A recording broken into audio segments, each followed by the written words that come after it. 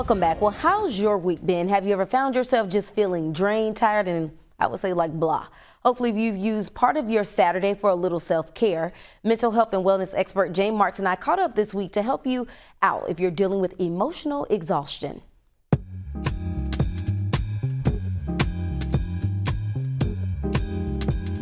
All right, Jane Marks, thank you for joining us for Self-Care Saturday. Well, you know, we love it. It's our time to wind down and talk about something that's going to make a difference this week. Yes. And speaking of winding down, some of us just feeling like, you know what they say, meh.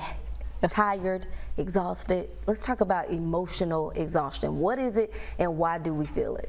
Well, first of all, Brittany, let's say that emotional exhaustion is very real.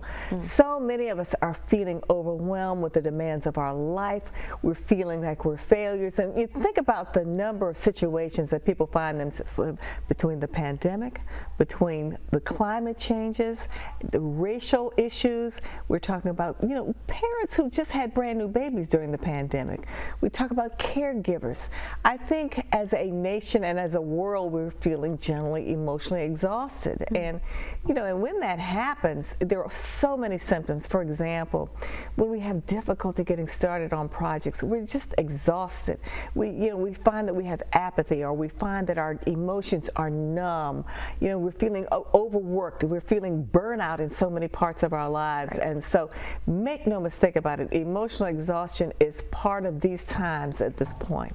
And so, I mean, looking at, you know, some of the things that people have been experiencing, and when you're feeling those things, what is it that people need to actually do to kind of get themselves out of that funk?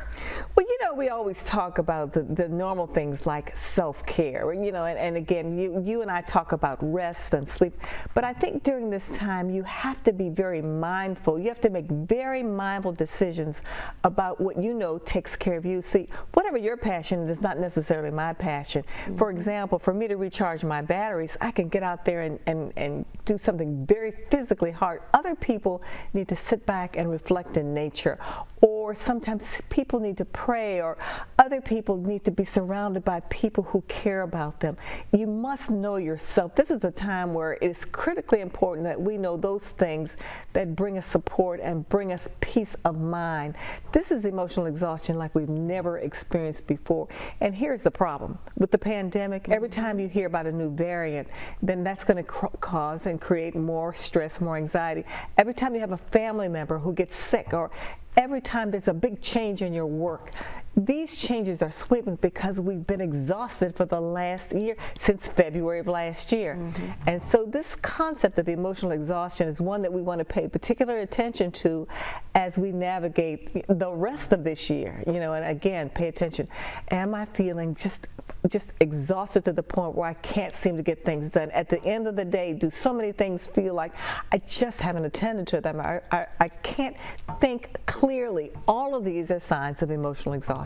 And what do you do with that? When you start to feel that way, how do you start to think of, here's what I need to do? Well, first of all, you got to pay attention to your body, you know, and again, you know, what's different about you? When you woke up this morning, did you feel like getting out of bed?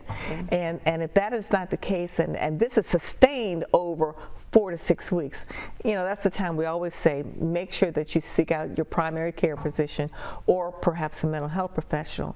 But if you know that there are things you can do that can shake yourselves up, like, you know, sometimes on a Saturday, if you can put that music on that you love that's going to make you move and groove, then do it. If you need to have classical music that settles your mind so that you don't have racing thoughts, then do it.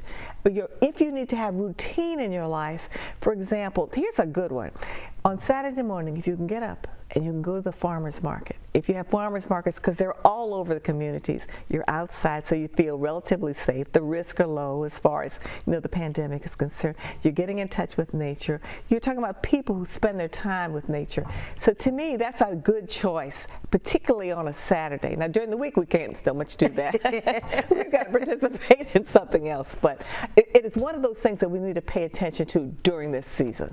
And so lastly, what's your self-care tip or your mental mental health tip of the week for these folks who are dealing with this and trying to get their minds out of feeling like I am exhausted? I'm exhausted. Well, one thing that we always like to talk about is experimenting with some new experience in your life.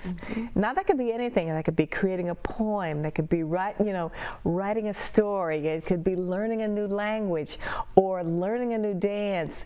Anything that's going to take you outside of your head, but it's going to use that creative part of your brain. Because remember, when you are using that creative part of your brain, you're not hyper-focused on anxiety or tension.